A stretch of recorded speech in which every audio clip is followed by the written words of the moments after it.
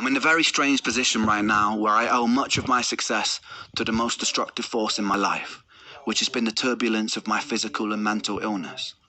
The thing that has by far brought me the most pain has been a source of constant inspiration, which ironically led to creations which brought me the most joy.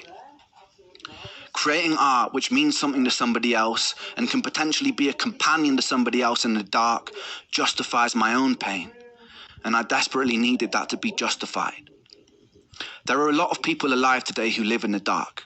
It's a place that I'm very familiar with.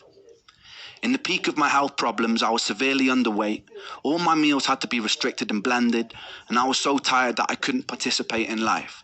I couldn't socialize, I couldn't watch films, I couldn't read. My bones constantly hurt. Even standing in the shower was excruciating and exhausting. And this went on for years, with no answers.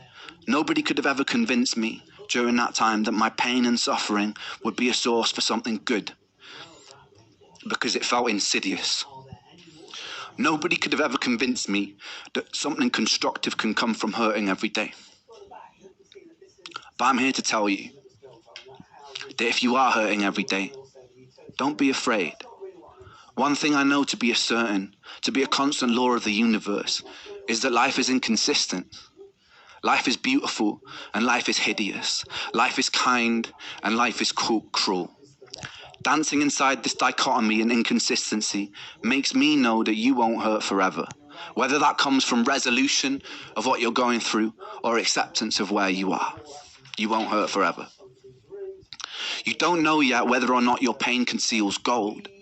It definitely conceals wisdom, and it's definitely a catalyst for filling you with empathy. So stand strong, my friends, and don't let the darkness consume you, because once you know the dark and become intimate with it, you become very capable of wielding the light. You could be instrumental for changing this world for the better. There's nothing humble about shrinking or doubting yourself because you are large. You can be ferocious and you could be magnificent.